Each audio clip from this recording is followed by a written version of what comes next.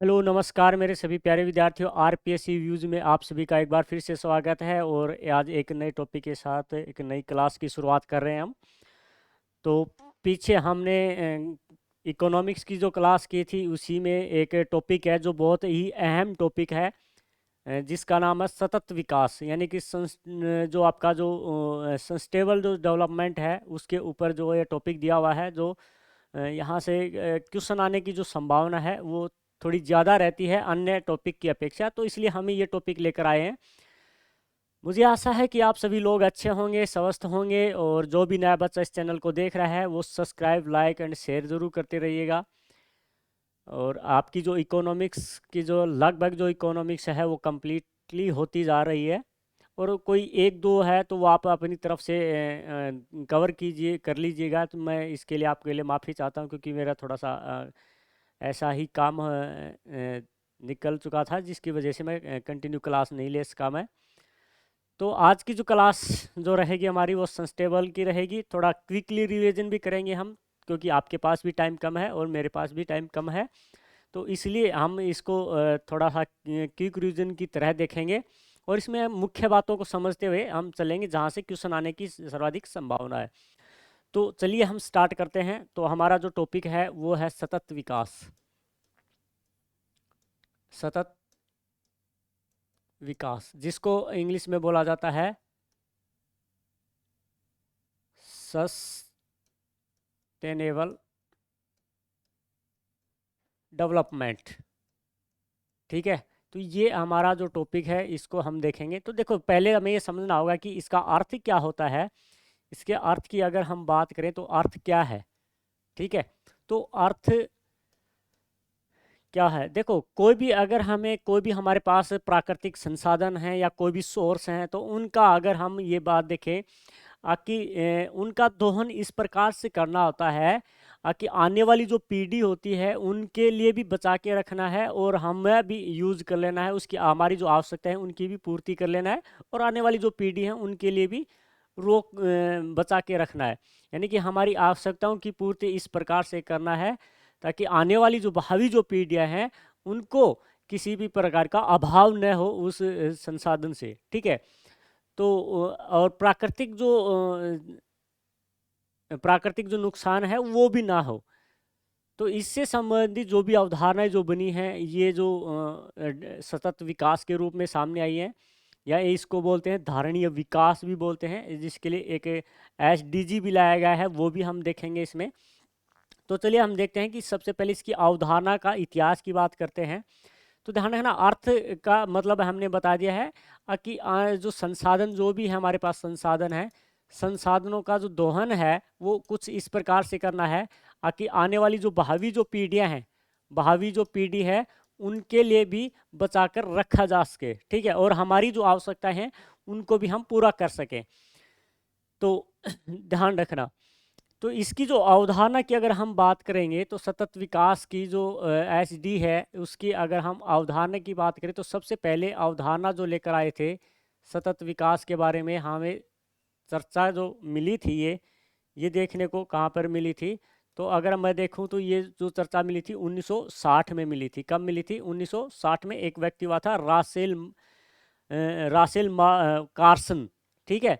तो उन्होंने जो अपनी पुस्तक है साइलेंट स्प्रिंग बुक्स में इसकी चर्चा की थी। और डीटीटी जो है एक प्रकार का जो तत्व आता है, एल्को केमिकल आता है डीटीटी को, उसके नेगेटिव इम्पैक्ट को लेकर ये चर्चा की गई थी कि भाई इससे जो है हमारा विकास है, पर्यावरण है, उसको क्या हो रहा है, नुकसान हो रहा है।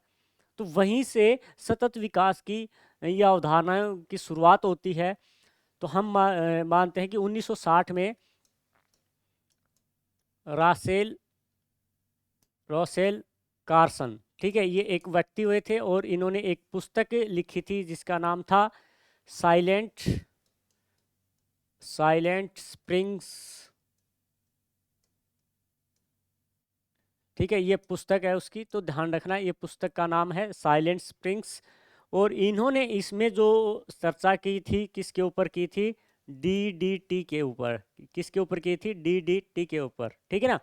तो डाइक्लोरो डाइफेनियल ट्राई क्लोरो इथेन के ऊपर थी। ये इसकी फुल फॉर्म की ध्यान रखना, इसकी फुल फॉर्म भी आपसे पूछी जा सकती है। तो इसकी फुल फॉर्म जो है आपको ध्यान रखना, डाई क्लोरो डाइकनेल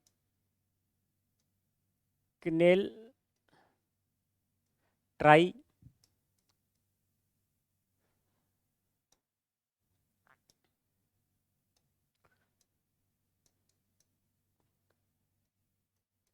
क्लोरो इथेन, ठीक है। ये इसकी फुल फॉर्म है DDT की, डाइक्लोरो, है ना। तो ध्यान रखना, डाइफेनियल, डाइकेनियल सॉरी डाइफेनियल है ये, डाइफेनियल, डाइफेनियल ट्राइक्लोरोइथेन। तो इसका जो नेगेटिव इम्पैक्ट है, इसके नेगेटिव इम्पैक्ट के लिए चर्चा में लाया गया था, नेगेटिव इम्पैक्ट यानी प्रभाव, ठीक है।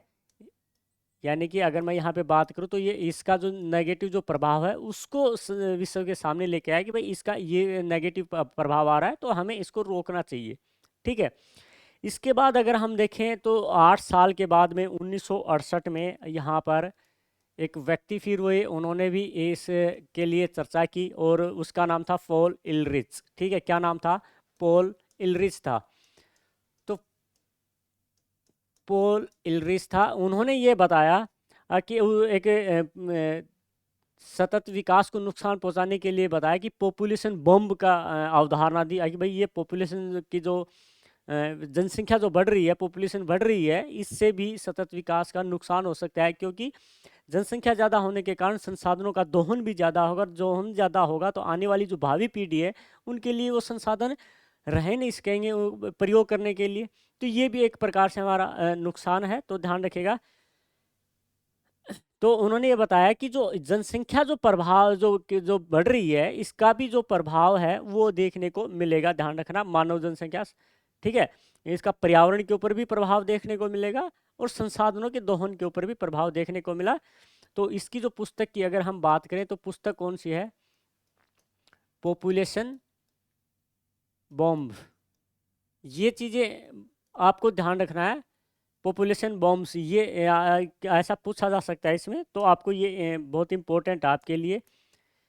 तो इन्होंने बताया कि जो मानव जो जनसंख्या है, मानव जनसंख्या, ठीक है, वो उसका प्रभाव किन के ऊपर पड़ेगा? तो ध्यान रखना, संसाधनों के दोहन के ऊपर पड़ेगा, संसाधनों के दोहन पर पड़ेगा, ठीक है। क्योंकि भाई जनसंख्या ज़्यादा होगी तो भाई दोहन भी ज़्यादा होगा ना। आप खुद ही सोचिएगा, एक घर में 5 व्यक्ति हैं और वो अपना घर परिवार आराम से चला रहे हैं, और वहीं पर अगर 15 व्यक्ति हो जाएं तो चलाने में मुश्किल मुश्किल होगी ना। तो यही उन्होंने ऐसा समझाया था।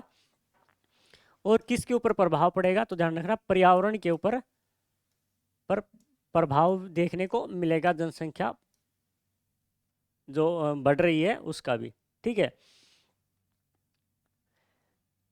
अब इसके बाद में इसको थोड़ा सा सीरियसली लिया गया, और सीरियसली लेने के बाद में एक गैर लाभकारी संस्था है जिसका नाम है द फ्रेंड्स ऑफ अर्थ, ठीक है। वो संस्था है, उन्होंने 1969 में ये बताया कि पर्यावरण के जो पतन से जो सुरक्षा है और नागरिकों के जो सहभागिता है उसके ऊपर बल कैसे दिया जाए, तो उसके लिए उन्होंने रिपोर्ट सौंपी थी, ध्यान रखना। तो 1959 में इसके बाद में एक गैर लाभकारी संस्था है, गैर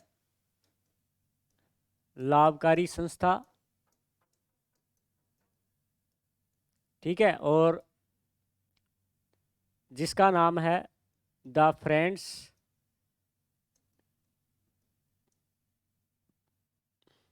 ऑफ अर्थ। यानी कि जो हमारी जो पृथ्वी है, पृथ्वी को एक दोस्त की तरह रखना चाहिए।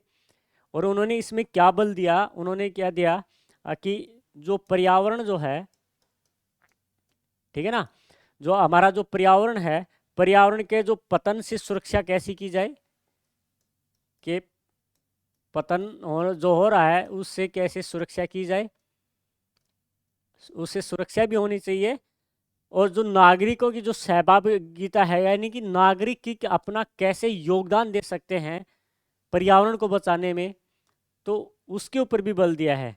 तो नागरिकों की सहभागिता, नागरिकों की सहभागिता सहभागिता पर बल दिया।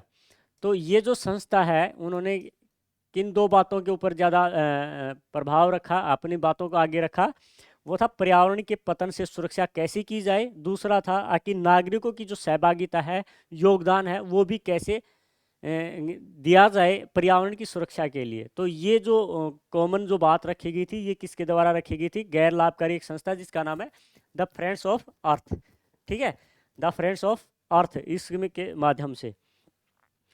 अब इसके लिए 3 साल बाद में अगर हम देखें तो जो विश्व के ऊपर सम्मेलन हुआ और चर्चा हुई कि भाई हमें भी सतत विकास के लिए ऐसा कुछ किया जाए ताकि हम दोहन तो कर सके, लेकिन आने वाली जो पीढ़ी है उसके लिए भी रखा जाए। तो एक सम्मेलन हुआ 1972 में, 5 जून 1972 को ये सम्मेलन हुआ था। 5 जून 1972 को ये सम्मेलन हुआ था, और ये कहाँ पे हुआ था? स्टॉकहोम में हुआ था। कहाँ पे हुआ था? स्टॉकहोम में। ठीक है, तो इसको इसलिए इसको बोल दिया जाता है, स्टॉकहोम सम्मेलन भी बोल दिया जाता है, तो ऐसा ज़्यादा वो नहीं है। यानी कि मैं ये कहूँ कि तो संयुक्त राष्ट्र है जो यूएनओ जो है, यूएनओ का एक सम्मेलन हुआ था, संयुक्त राष्ट्र सम्मेलन आयोजित हुआ यहीं पे। ध्यान रखना किसका सम्मेलन था? संयुक्त राष्ट्र सम्मेलन, आप बोल सकते हो सम्मेलन आयोजित किया गया 5 जून 1972 को, और इस सम्मेलन को क्या नाम दिया गया? स्टॉकहोम सम्मेलन नाम दिया गया। और इसी में ध्यान रखना किसका गठन किया गया था? फिर इसी में यूनेप का गठन किया गया था। यूनेप का गठन हुआ। तो आपसे ऐसा पूछा जाएगा कि यूनेप का गठन कौन से सम्मेलन में हुआ? संयुक्त राष्ट्र का कौन सा सम्मेलन था जिसके माध्यम से यूनेप का उद्भव हुआ? तो ध्यान रखिएगा, जो यूनेप का जो उद्भव जो हुआ था वो 1972 के स्टॉकहोम सम्मेलन में हुआ था। तो ये यूनाइटेड नेशन एनवायरनमेंट प्रोग्राम, इसका फुल फॉर्म की अगर आप देखोगे तो यूनाइटेड है, नेशन है, एनवायरनमेंट है, और ये प्रोग्राम है, इसकी फुल फॉर्म है। और इसके जो पहले निदेशक जो बनाए गए थे, इसके पहले निदेशक जो बनाए गए थे, तो वो भी साथ में ध्यान रखना मेरे प्यारे बच्चों। तो पहले जो निदेशक थे इसके, वो कौन थे? मॉरिस स्ट्रॉन्ग थे। कौन थे? Morris strong. ठीक है, मॉरिस स्ट्रॉन्ग थे, इसके पहले निदेशक बनाए गए थे। और इन्होंने ही पहला शब्द दिया पारिस्थितिकी विकास। ठीक है, इन्होंने पहले शब्द दिया। कौन सा शब्द दिया? अगर हम शब्द की बात करें तो कौन सा दिया है इन्होंने? तो इन्होंने शब्द दिया पारिस्थितिकी, पारिस्थितिकी विकास। ठीक है, जिसको बोलते हैं इकोलॉजी डेवलपमेंट, या इको डेवलपमेंट भी बोल देते हैं शॉर्ट में। ठीक है, इसको क्या बोल देते हैं? इको डेवलपमेंट भी बोल देते हैं। तो आपको इस चीज़ के लिए कोई ज़्यादा टेंशन लेने की ज़रूरत नहीं है। तो इकोलॉजी डेवलपमेंट शब्द किसने दिया? जो यूनेप के पहले निदेशक थे, मॉरिस स्ट्रॉन्ग ने के द्वारा। ठीक है, अब यहाँ से ही शुरुआत, एक रियलिटी की शुरुआत होती है पारिस्थितिकी विकास के साथ साथ सतत विकास की भी। और 1980 में ध्यान रखना, 1980 में 2 व्यक्ति हुए थे, जिसका एक का नाम था एवा वाफर। ठीक है, एक का नाम क्या था? एवा वाफर। और दूसरा जो व्यक्ति था, ध्यान रखना, वैक जैक्सन। ठीक है ना, कौन था? वैक जैक्सन। ये 2 व्यक्ति थे, और इन्होंने सतत विकास की अवधारणा सबसे पहले लेकर आए। सतत विकास, सतत विकास की अवधारणा लेकर आए। भाई आखिर ये सतत विकास कैसे किया जाए? ठीक है, इन्होंने ही सतत विकास की अवधारणा को रखा। भाई इनका विकास ऐसे हो ताकि संसाधनों का दोहन भी हो, जनसंख्या जो बढ़ रही है उसको भी देखा जाएगा, और आने वाली जो पीढ़ी है उसको भी ध्यान में रखा जाएगा। तो ध्यान रखना 1980 में इन दोनों ने ये रखा था, सतत विकास की अवधारणा रखी। अगर हम इसके बाद देखें तो फिर 1983 में फिर एक सभा आयोजित की गई यूएनओ के द्वारा, यूएन महासभा ने, ठीक है ना। और उन्होंने नॉर्वे की जो प्रधानमंत्री थी उस समय अगर हम बात करें तो ग्रो हार्सलैंड ब्रेटलैंड, ठीक है, उसका क्या नाम था, ग्रो हार्लसन ब्रेटलैंड। तो उसकी अध्यक्षता में एक आयोग गठित किया गया और उस आयोग का नाम रखा गया ब्रेटलैंड आयोग, और उसी की रिपोर्ट के आधार पर ये पृथ्वी सम्मेलन आयोजित किया गया था और सतत विकास की अवधारणा को आगे बढ़ाया गया था। तो ध्यान रखिएगा। और उन्होंने जो रिपोर्ट रखी थी, उन्होंने रिपोर्ट का नाम रखा था आवर कॉमन फ्यूचर। तो ये जो चीज़ें हैं, इन चीज़ों को आप थोड़ा सा ध्यानपूर्वक देखिएगा, क्योंकि ऐसे ही क्वेश्चन आपसे पूछे जाएंगे कि कौन सी आयोग के द्वारा सतत समाज की अवधारणा को रखा गया है, ठीक है ना, और इस सतत विकास के लिए क्या क्या कदम उठाए गए हैं, कौन से आयोग के द्वारा, उसके अध्यक्ष कौन थे। और इसी में सतत विकास की एक परिभाषा को भी रखा गया कि भाई सतत विकास की परिभाषा यही होनी चाहिए रियल में, ठीक है। तो जो हम अभी तक जो पढ़ रहे थे कि ऐसे दोहन होना चाहिए, आने वाली पीढ़ी भी कर सके यूज़, हम भी कर सकें, ठीक है। तो ये जो परिभाषा है जो चल रही है, ये उसी की देन है जो 1987 में जो रिपोर्ट सौंपी थी, ठीक है। तो 1983 में अगर हम बात करें तो यूएन महासभा ने, ध्यान रखना, नॉर्वे की पीएम थी, लेडीज थी, ध्यान रखना, नॉर्वे की पीएम, जिसका नाम था ग्रो, ठीक है ना, ग्रो हार्लम ब्रेटलैंड, ठीक है, हार्लम ब्रेटलैंड, ठीक है, ये यहाँ की पीएम थी। और इसके अध्यक्षता में, ध्यान रखना, इसकी अध्यक्षता में एक आयोग गठित किया गया, अध्यक्षता में आयोग गठित किया गया जिसका नाम था ब्रेटलैंड आयोग, ठीक है। और इस आयोग का जो दूसरा जो नाम है, ध्यान रखना, वो है विश्व पर्यावरण एवं विकास आयोग भी कहते हैं। इसी को क्या बोलते हैं, विश्व पर्यावरण, ठीक है ना, विश्व पर्यावरण एवं विकास आयोग, ठीक है, एवं विकास आयोग, यानी कि WECD, ठीक है ना, यानी कि वर्ल्ड, ठीक है, world environment and commission development, ठीक है। तो ध्यान रखना, इसका इसी को बोलते हैं, ये ब्रेटलैंड आयोग को ही कहा जाता है विश्व पर्यावरण एवं विकास आयोग। अब इसकी अध्यक्षता जो कर रही थी वो कौन थी, नॉर्वे की प्रधानमंत्री ग्रो हार्लम ब्रेटलैंड कर रही थी। और उन्होंने फिर एक रिपोर्ट बनाई और उस रिपोर्ट का नाम रखा गया था द कॉमन फ्यूचर,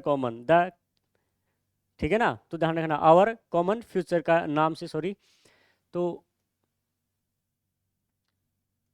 1987 में ये रिपोर्ट सौंपी थी। तो ध्यान रखना, और रिपोर्ट का क्या नाम था मेरे प्यारे बच्चों, तो ध्यान रखना, रिपोर्ट का नाम था आवर कॉमन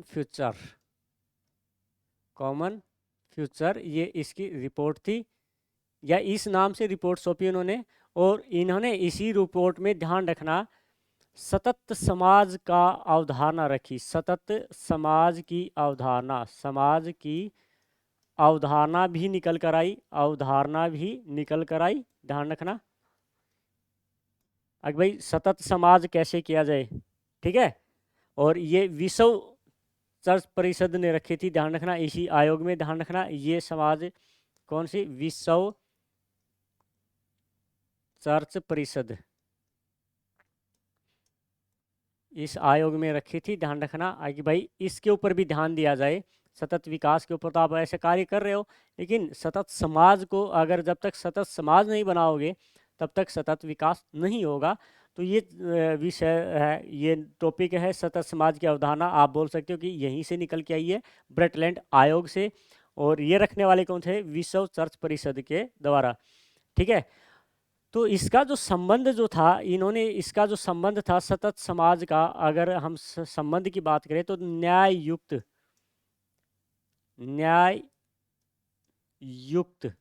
ठीक है ना, वितरण से था। अगर भाई वितरण ऐसा होना चाहिए कि सभी को बराबर मिले, न्याय के जिसको जितना हिसाब है उसका हिस्से में आएगा वो उतना देना मिलना चाहिए, ये नहीं कि किसी को ज़्यादा तो किसी को कम होना चाहिए।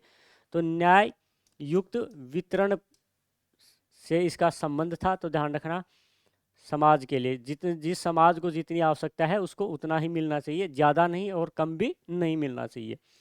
ठीक है, और इसी में ध्यान रखना, इसी में सतत विकास की परिभाषा निकल कर आई। विकास की परिभाषा यानी कि हम सतत विकास किसे कहेंगे। ठीक है, सतत विकास किसे कहेंगे, ये ध्यान रखिएगा इसका। ठीक है, इसी से निकल कर आई थी। ठीक है ना, तो ध्यान रखना, इसमें क्या कहा था कि भविष्य की पीढ़ियों की आवश्यकताओं की जो पूर्ति है उसके बिना समझौता किए हुए वर्तमान जो पीढ़ी है उसकी आवश्यकता की पूर्ति करना। ठीक है, तो इसमें ध्यान दीजिएगा, यहाँ पे क्या रखा गया था इन्होंने, कि भविष्य की पीढ़ी की आवश्यकताओं की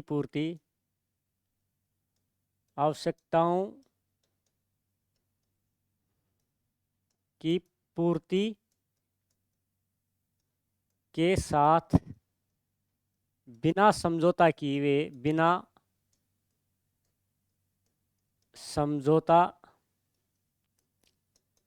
किए हुए वर्तमान पीढ़ी की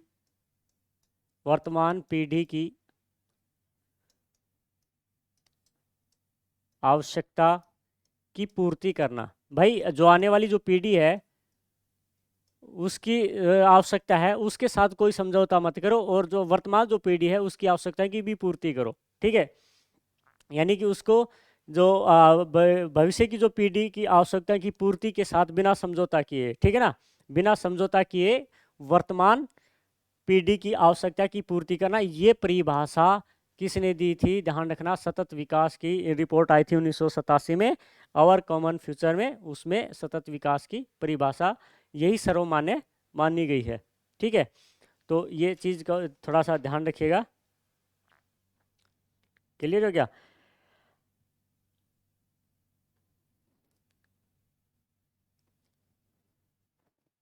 अभी जो ये जो रिपोर्ट जो है, ये रिपोर्ट जैसे ही प्रकाशित हुई तो ध्यान रखना, यूएन जो संयुक्त राष्ट्र है, संयुक्त राष्ट्र ने ध्यान रखना एक आवर कॉमन फ्यूचर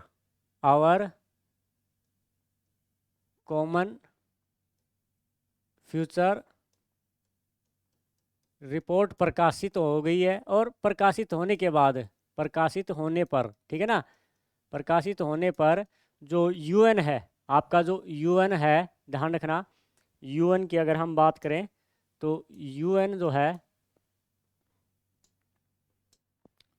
जो यूएन है उन्होंने एक सम्मेलन आयोजित किया गया, सम्मेलन, और उस सम्मेलन का नाम रखा गया पृथ्वी सम्मेलन। क्या रखा गया? पृथ्वी सम्मेलन रखा गया है मेरे प्यारे बच्चों। ठीक है, और ये जो सम्मेलन रखा गया था ये 1992 में रखा गया था, 1992 में। तो ये रखा गया था ब्राजील में, रियो डियो जेनेरियो। ठीक है, तो जेनेरियो में, ये जो ध्यान रखना ये कहाँ पर है? ये ब्राज़ील में है, एक बड़ा शहर है। तो ध्यान रखना, ब्राज़ील में रखा गया सम्मेलन, पृथ्वी सम्मेलन, और इसी को बोला जाता है रियो सम्मेलन भी बोला जाता है। क्या बोला जाता है? रियो सम्मेलन भी कहा जाता है। ठीक है ना, तो ये इस चीज़ को थोड़ा सा ध्यान रखना। तो संयुक्त राष्ट्र के द्वारा जो पृथ्वी सम्मेलन आयोजित किया गया था 1992 में, ठीक है, तो इसमें ध्यान रखना, इसमें 5 दस्तावेज रखे गए थे इस सम्मेलन में। पृथ्वी सम्मेलन जो आयोजित किया गया था, पहला पृथ्वी सम्मेलन आयोजित किया गया था 1992 में, तो प्रथम, तो ध्यान रखना ये प्रथम पृथ्वी सम्मेलन है इस चीज़ के लिए। और इसमें 5 दस्तावेज रखे गए थे। कितने दस्तावेज? 5 दस्तावेज, यानी कि 5 मुद्दों के ऊपर अहम बात की गई थी और उनके ऊपर एग्रीमेंट किए गए थे। आई भाई हमें आगे कैसे क्या करना है, ठीक है। तो इसमें जो पहला जो है, अगर आप पहले की अगर बात करोगे तो उसमें जो पहला है जलवायु परिवर्तन, जलवायु परिवर्तन, ठीक है ना, पर रूपरेखा, पर रूपरेखा रेखा संबंधी अनुबंध किया गया, यानी कि एग्रीमेंट किया गया। ध्यान रखना, अनुबंध किया गया, एग्रीमेंट किया गया, किसके ऊपर? जलवायु परिवर्तन के ऊपर। उसकी रूपरेखा तैयार की गई और फिर एग्रीमेंट किया गया, ठीक है। इसी को ध्यान रखना बोलते हैं फ्रेमवर्क। फ्रेमवर्क बनाएगी, रूपरेखा बनाएगी, ठीक है। ध्यान रखना, कन्वेंशन ऑन क्लाइमेट चेंज, ठीक है ना, कन्वेंशन ऑन क्लाइमेट चेंज। अगर आपको इसी को ध्यान रखना, आपसे पूछा जा सकता है छोटा रूप देकर UNFCC, UNFCC, ठीक है ना। तो ध्यान रखना, इसी का छोटा रूप है UNFFC, तो इसमें ज़्यादा वो नहीं है, ठीक है। और इसमें क्या बल दिया गया है मेरे प्यारे बच्चों, तो ध्यान रखना, इसमें बल दिया गया कि जो जीवाश्म ईंधन है, ठीक है, कौन सा? जीवाश्म जो ईंधन है, जीवाश्म ईंधन पर ज़्यादा जोर दिया गया कि भाई इसको कम से कम किया जाए ताकि पर्यावरण को नुकसान न हो, ठीक है। क्योंकि हम जो लकड़ी वगैरह जो जला रहे हैं, इनका उपयोग सीमित मात्रा में होना चाहिए, ज़्यादा मात्रा में नहीं होना चाहिए, ताकि ये CO2 की जो मात्रा बढ़ रही है, जिसकी वजह से क्लाइमेट चेंज हो रहा है, ये न कम हो पाए, ठीक है। तो ध्यान रखना इसके ऊपर, ठीक है। तो जो ये विचार जो आया था, ध्यान रखना, ये जो विचार आया था, ये जो जीवाश्म ईंधन के ऊपर, तो ध्यान रखना है, ये 1987 का जो मॉन्ट्रियल प्रोटोकॉल हुआ था, ठीक है ना, मॉन्ट्रियल प्रोटोकॉल, उसमें निकल के आया था ये विचार। तो ये भी ध्यान रखना इस चीज़ का, 1987 में, या इसको बोलते हैं मॉन्ट्रियल एग्रीमेंट। प्रोटोकॉल को क्या बोलते हैं? एग्रीमेंट भी बोल सकते हो आप, प्रोटोकॉल भी बोल सकते हैं, तो आप ध्यान रखना इसका। मॉन्ट्रियल एग्रीमेंट के तहत ये विचार निकल कर आया। इसके बाद अगर हम दूसरा देखें, तो दूसरा जो है वो है मेरे प्यारे बच्चों, वो कौन सा है, ठीक है ना, वो है जैव विविधता पर अनुबंध। जैव विविधता पर अनुबंध, ये UNFFC का जो अभी हाल ही में आपने देखा होगा कि ताशकंद में ये सम्मेलन हुआ था। तो ध्यान रखना, ताशकंद में हुआ था। आपसे पूछा जा सकता है UNFCCP का 2022 का जो सम्मेलन है वो कहाँ पर हुआ है। इसकी जो चर्चा होती है, ध्यान रखना, कोप के नाम से जाना जाता है। इसमें जो भी पार्टी जाती हैं, ध्यान रखना, जो भी देश शामिल होते हैं उनको बोलते हैं कॉन्फ्रेंस ऑफ पार्टीज। तो उनका जो सम्मेलन होता है उसको क्या बोलते हैं? कॉन्फ्रेंस ऑफ पार्टीज, और उसी को कोप के नाम से जाना जाता है, ठीक है ना। इसका फुल फॉर्म होता है कॉन्फ्रेंस ऑफ पार्टीज, ठीक है, कोप। तो ध्यान रखिएगा, ताशकंद में हुआ है ये। इसके बाद जो दूसरा जो हमारा जो आता है, दूसरा है जैव विविधता के ऊपर अनुबंध की अगर हम बात करें तो ध्यान रखिएगा, इसको बोला जाता है कन्वेंशन ऑन बायोडाइवर्सिटी, ठीक है ना, बायोलॉजिकल डाइवर्सिटी। तो इसको वो क्या बोला जाता है? Convention, convention on biological diversity, ठीक है ना, शॉर्ट फॉर्म यानी कि CBD। इसके ऊपर यानी कि जो जैव विविधता को जो खतरा बना हुआ है उस जैव विविधता को भी हमें सुरक्षित करना है, ठीक है ना। और जैव विविधता का जो पर जो संप्रभु जो अधिकार है वो भी निश्चित किया गया है, किसका अधिकार होगा, ठीक है। देसी ज्ञान को बौद्धिक संपत्ति के रूप में स्वीकार किया गया है कि जो देसी जो नॉलेज है भाई इनके संरक्षण के लिए, तो उसको उसकी बौद्धिक संपदा भी दी जाए, उसको पेटेंट वगैरह ये चीज़ भी दिए जाए, ठीक है। तो देसी ज्ञान को बौद्धिक संपत्ति के रूप में स्वीकार किया गया है, ठीक है। तीसरा, तो अगर हम बात करें दस्तावेज की, अगर हम बात करें तो वो था वन सिद्धांतों पर अनुबंध। किसके ऊपर था? वन सिद्धांतों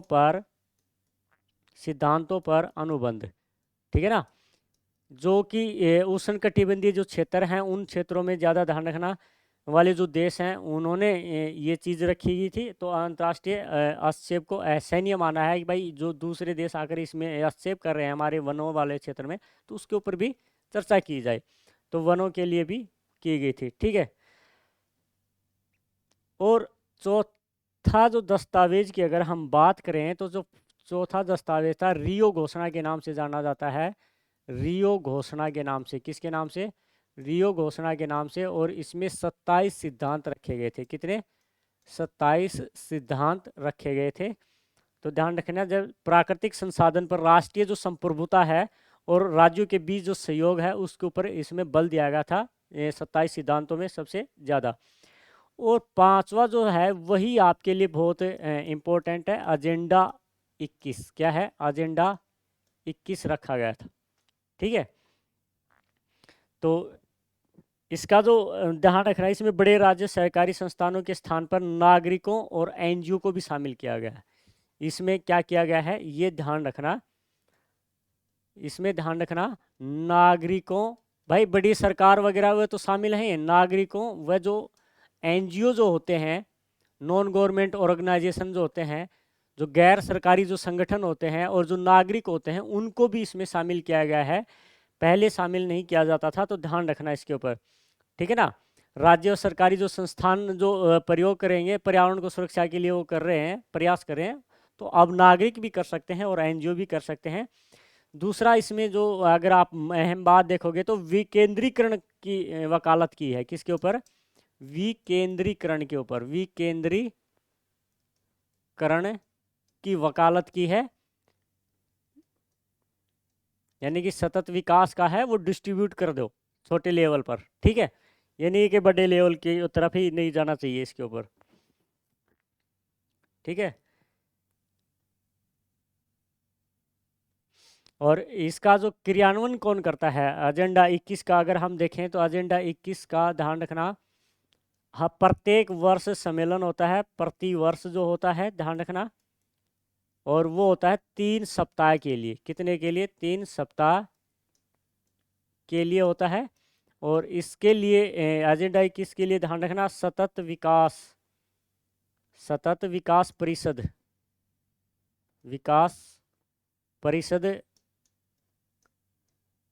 काम करती है। यानी कि इसका क्रियान्वयन कौन करता है एजेंडा 21 का? तो वो कौन कर रही है? सतत विकास परिषद, CSD बोला जाता है इसको, CSD, ठीक है ना। तो ध्यान रखना काउंसिल ऑफ सस्टेनेबल डेवलपमेंट, तो ये चीज़ें हैं ध्यान रखना।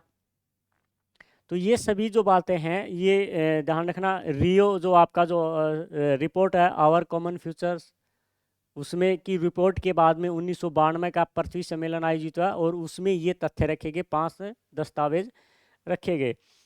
अब इसके बाद देखें तो ध्यान रखना 1992 के बाद में रियो +5 हुआ जिसका सम्मेलन हुआ, और ये जो सम्मेलन है ध्यान रखना ये 1997 में हुआ था। कब हुआ था?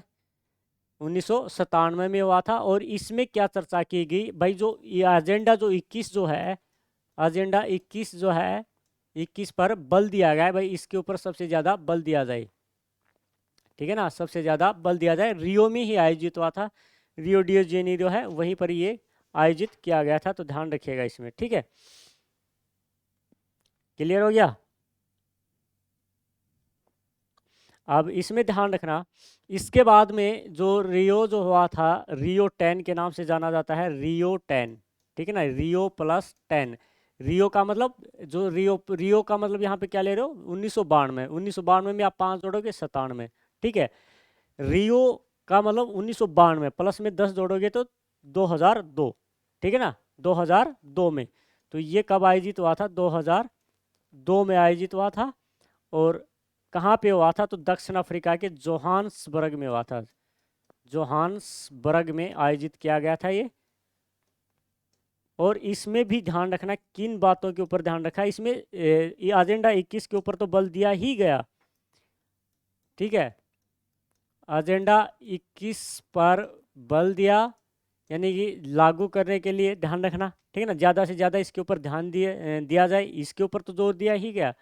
और ध्यान रखना MSD के ऊपर भी ध्यान दिया गया, सॉरी MDG के ऊपर, MDG के ऊपर भी, MDG के ऊपर भी ध्यान दिया गया, ठीक है ना।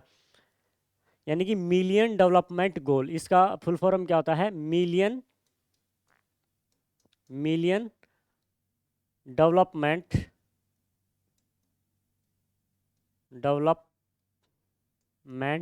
गोल,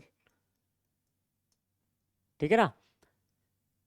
तो इसमें 5 बातें ध्यान रखिएगी, जैसे वाटर हो गया, किसके ऊपर ध्यान दिया गया, वाटर के ऊपर।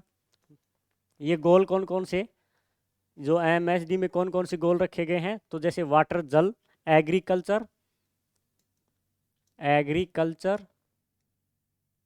ठीक है। इसके बाद देखें तो हेल्थ के ऊपर, इसके बाद देखें तो एनवायरमेंट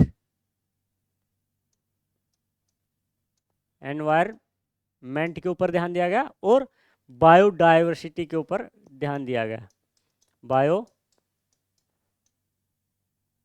बायोडाइवर्सिटी, ठीक है।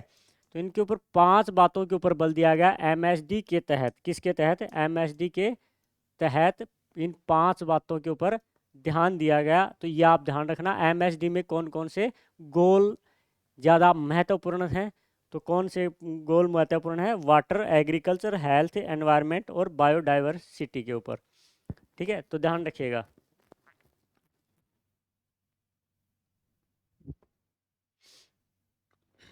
अब आगे देखिएगा, रियो 10 के बाद की अगर हम बात करें तो रियो प्लस 20, यानी कि 1992 में अगर हम देखेंगे तो यानी कि ये कब हुआ, 2012 में आयोजित किया गया था। और ये भी कहाँ पर आयोजित किया गया, तो ध्यान रखना रियो में, कहाँ पर, रियो डियो जेनेरो में आयोजित किया गया, ब्राज़ील में आयोजित किया गया, ठीक है। तो इसके साथ ही अगर हम देखें, इसमें पहली बार क्या हुआ कि विश्व के नेताओं के साथ साथ पहली बार, ध्यान रखना, निजी जो क्षेत्र हैं, बड़े जो उद्योगपति वगैरह हैं, वो भी इसमें शामिल हुए और NGO भी शामिल हुए। तो ध्यान रखना, पहली बार सम्मेलन में निजी क्षेत्र व NGO शामिल हुए, NGO शामिल किए गए, ठीक है। तो ध्यान रखना, NGO शामिल किए गए, यानी कि भाग लिया। दूसरी बात ध्यान रखना, इसके ऊपर अहम बिंदु कौन कौन से थे, तो इस सम्मेलन में तो गरीबी उन्मूलन, क्या था, गरीबी उन्मूलन था। दूसरा इसमें मुद्दा था स्वच्छ ऊर्जा होनी चाहिए, भाई ऊर्जा जो है वो कैसी होनी चाहिए, स्वच्छ ऊर्जा, है ना, जैसे सौर ऊर्जा है, इसके ऊपर ज़्यादा भाई ऐसी ऊर्जा होनी चाहिए जो पर्यावरण को नुकसान न पहुंचाए। इसके साथ ही क्या किया कि भाई वो सतत विकास तो साथ में होना ही चाहिए, क्या होना चाहिए, सतत विकास साथ में होना चाहिए। तो ये मेन मुद्दे जो हैं ये इनके ऊपर ज़्यादा दिया गया है, ठीक है।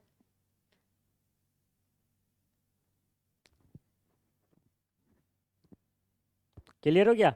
और इस सम्मेलन में 2 चर्चा के विषय बने हुए थे, इस सम्मेलन में 2 चर्चा के विषय, 2 चर्चा के विषय बने थे, ध्यान रखना, विषय थे। एक था आपका इसमें गरीबी का, ठीक है ना, यानी कि गरीबी को कम करना, क्या करना, गरीबी दूर करने के लिए विभिन्न विकल्पों पर विचार करने की सबसे ज़्यादा किया गया था कि गरीबी को दूर कैसे किया जाए, ठीक है। और दूसरा जो था इसमें ध्यान रखना वो था हरित अर्थव्यवस्था के ऊपर। कौन सा था दूसरा, कौन सा था, हरित अर्थव्यवस्था के ऊपर, ठीक है ना, हरित ग्रीन इकोनॉमी के ऊपर भी जोर दिया गया। तो आप इसको ध्यान रखना, ठीक है ना, इसके ऊपर ध्यान रखना कि हरित अर्थव्यवस्था के ऊपर सर्वाधिक जोर दिया गया, कौन से सम्मेलन में दिया गया था, है ना। तो ऐसा आपसे पूछा जाए तो आप इसमें बता सकते हैं, ठीक है।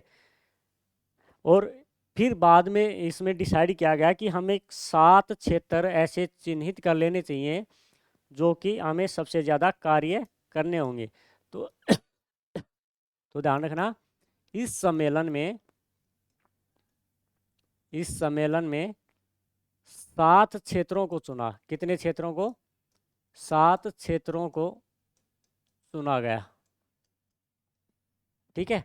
अब जो वो 7 क्षेत्र कौन कौन से हैं, जैसे कि आप देखोगे सबसे पहला जो है वो आपको देखने को मिलेगा, जैसे रोजगार, भाई रोजगार होना ज़रूरी है।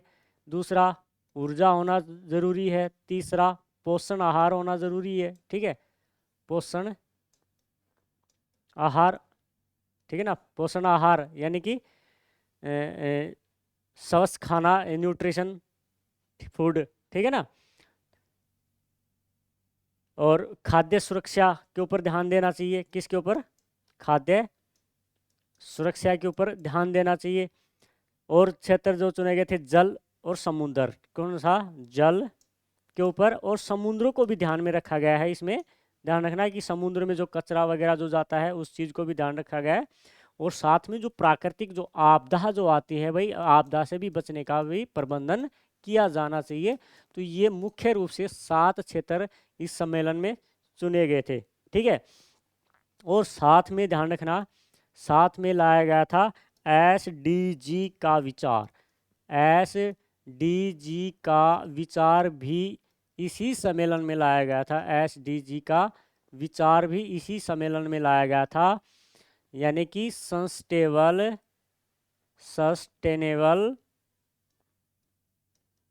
डेवलपमेंट गोल रखा गया है, इसका नाम गोल, ठीक है। ये इसका विचार भी इसी सम्मेलन में सबसे लाया गया। और इसके लिए ध्यान रखना, SDG के लिए यूनेप को अग्रणी संस्था घोषित किया गया। इसके लिए ध्यान रखना, यूनेप को ध्यान रखना अग्रणी संस्था घोषित किया गया, ठीक है ना, अग्रणी संस्था घोषित किया गया पर्यावरण संरक्षण के संबंध में। भी पर्यावरण संरक्षण जो किया जा रहा है उसके संबंध में जो अहम कार्य, जो भूमिका रहेगी वो किसकी रहेगी, यूनेप की रहेगी। तो ये जो है ये रियो 20 में ही शामिल किया गया था, ठीक है ना, ठीक है। और इस सम्मेलन में जो भी संपूर्ण जो दस्तावेज, यानी कि जो ये 7 जो क्षेत्र चुने गए हैं, ये जो गरीबी के ऊपर विचार किए गए थे, यानी कि संपूर्ण जो दस्तावेज थे तो उनको प्रकाशित जो किया गया था वो फ्यूचर वी वांट के नाम से किया गया था। तो ध्यान रखिएगा, इस सम्मेलन में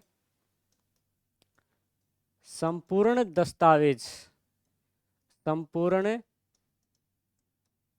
दस्तावेज को प्रकाशित किया गया। और वो किस नाम से, तो ध्यान रखिएगा फ्यूचर वी वांट, यानी कि फ्यूचर वी वांट के नाम से प्रकाशित किया गया था, ठीक है ना, नाम से प्रकाशित। क्लियर हुआ इतनी बात,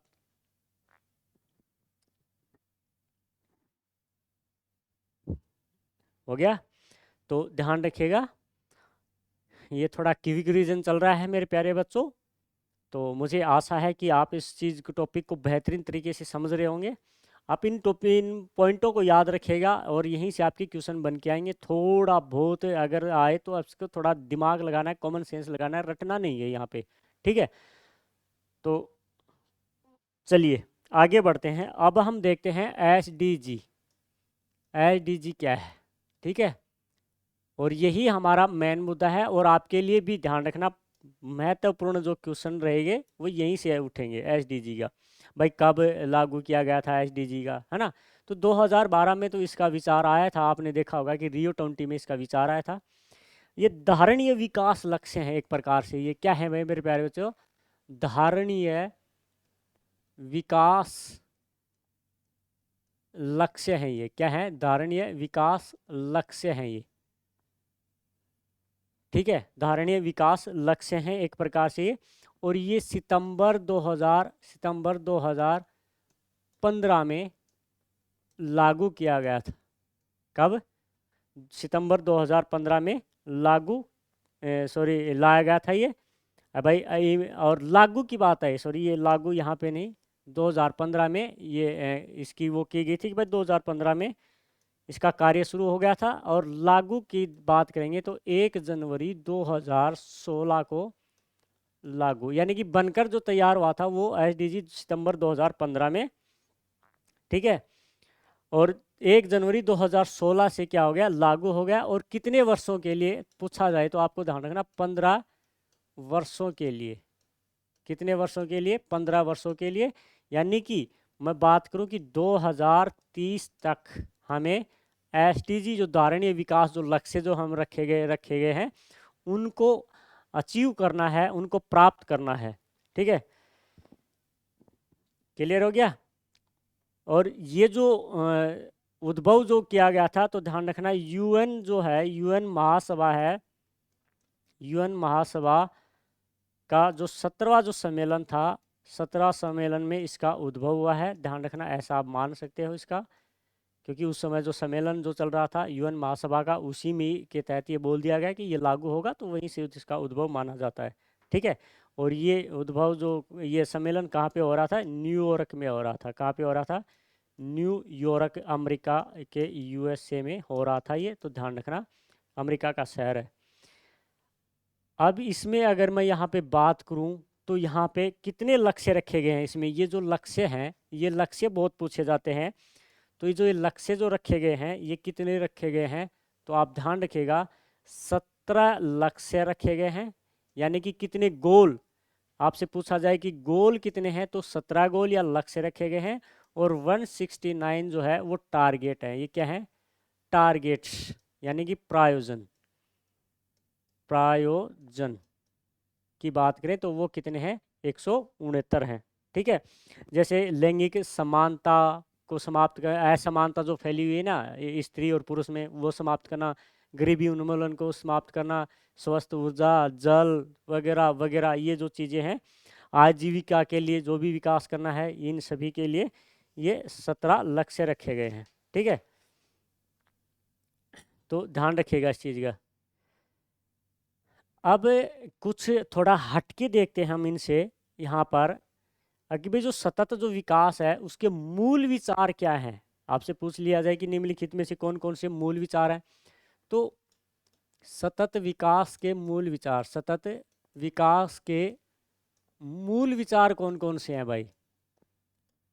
भाई अभी तक तो हम ये समझ रहे थे भाई सतत विकास से ये होना चाहिए, ये होना चाहिए, लेकिन उसके मूल विचार कौन से हैं? जैसे कि पहला अगर मैं यहाँ पे बात करूँ तो नवीकरणीयता, ठीक है ना, नवीकरणीयता, ठीक है ना, यानी कि रीन्यूलेबिलिटी, रीन्यूबिलिटी, ठीक है।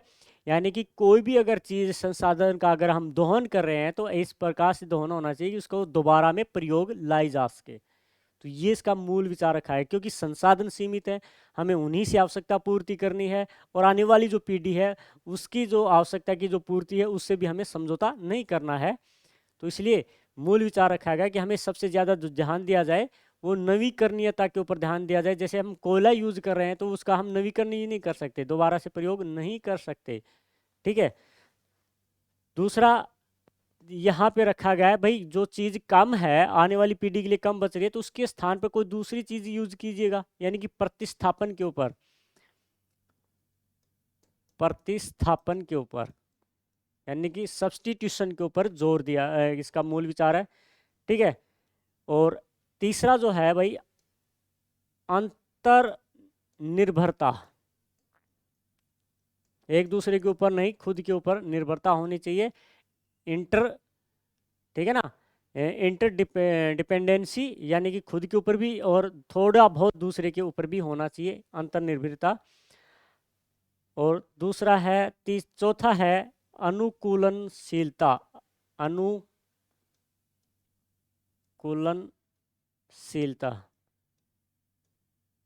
ठीक है। यानी कि अगर मैं बात करूं अडोप्टेबिलिटी, है ना, यानी कि जो चीज़ हमें मिल रही है उसको भाई आप अडोप्ट कर लो, सहमत हो जाओ उसे। ये नहीं है कि ये चीज़ मेरे को नहीं मिल रही है तो मैं इसको अडोप्ट नहीं करूँगा। ठीक है। ये कम मिल रही है, ज़्यादा मिल रही है, ठीक है ना।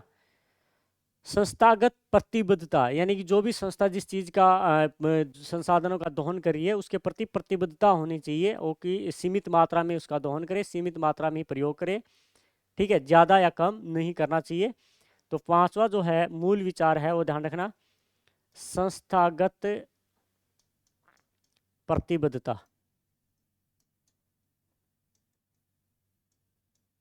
ठीक है ना, संस्थागत प्रतिबद्धता। तो ये इसके मूल विचार हैं सतत विकास के। तो आपसे पूछा जा सकता है निम्नलिखित में कौन कौन से मूल विचार हैं, तो आप ध्यान रखिएगा। ऐसा क्यूट वाले जो क्वेश्चन हैं, क्यूट वाले क्वेश्चन आपके बनकर आ सकते हैं, क्यूट वाले। ठीक है ना, आपके पास चार दे देंगे, चार में से एक दो ऐसे, एक तीन, तीन चार हो सकता है कि दो तीन चार एक ऐसे दे दें। तो हमारा आंसर जो होगा ऑप्शन में, जो चार ऑप्शन देंगे या तीन देंगे, दो पाँच देंगे, जो भी देंगे उनमें यही रखे जाएंगे और ये होने चाहिए, उसी के अकॉर्डिंग हमें आंसर करना है। ठीक है। ठीक है। अगर हम इसका उद्देश्य की बात करें तो भाई ध्यान रखना, गरीबी उन्मूलन। ठीक है, गरीबी उन्मूलन, गरीबी को वो करना, आजीविका के साधन के ऊपर जोर दिया गया, भाई आजीविका कैसे किया जाए, स्वस्थ ऊर्जा को कैसे प्रयोग किया जाए, है ना, स्वस्थ ऊर्जा का प्रयोग किया जाए, पर्यावरण के अनुकूल मानवीय जो गतिविधियां जो हो रही हैं, मानव जो गतिविधि कर रहा है वो पर्यावरण के अनुकूल होने चाहिए, पर्यावरण के खिलाफ नहीं होना चाहिए। भाई हमें मेन मुद्दा इसमें पर्यावरण को संरक्षण करना है। ठीक है। नवीकरणीय संसाधनों पर निर्भर होना चाहिए। ये नहीं है कि जो आपके जो प्राकृतिक जो संसाधन है, जीवाश्म ईंधन वाले हैं, जो CO2 वगैरह का है, इनको ज़्यादा वो कर रहे हैं, उनको के ऊपर डिपेंड न होकर नवीकरणीय संसाधनों के ऊपर होने चाहिए। ठीक है। और उत्पादन अवसरों का विकास करना चाहिए, ये इसके मुख्य उद्देश्य हैं। ठीक है, तो ध्यान रखिएगा इस चीज़ का।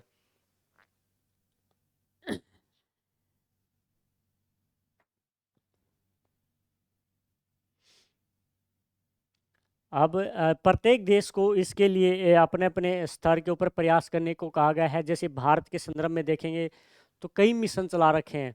जैसे कि अगर मैं देखूं यहाँ पे, तो जैसे कि राष्ट्रीय सौर मिशन, ठीक है ना, सतत अधिवास पर राष्ट्रीय मिशन शुरू किया गया है, सतत अधिवास पर राष्ट्रीय मिशन शुरू किया गया है। ऊर्जा दक्षता को बढ़ाने के लिए जैसे पवन ऊर्जा, सौर ऊर्जा, इनके लिए मिशन शुरू किया गया है। ठीक है। हिमालय पारितंत्र को बनाए रखने के लिए भी मिशन शुरू किया गया है। हरित भारत के लिए राष्ट्रीय मिशन शुरू किया गया है।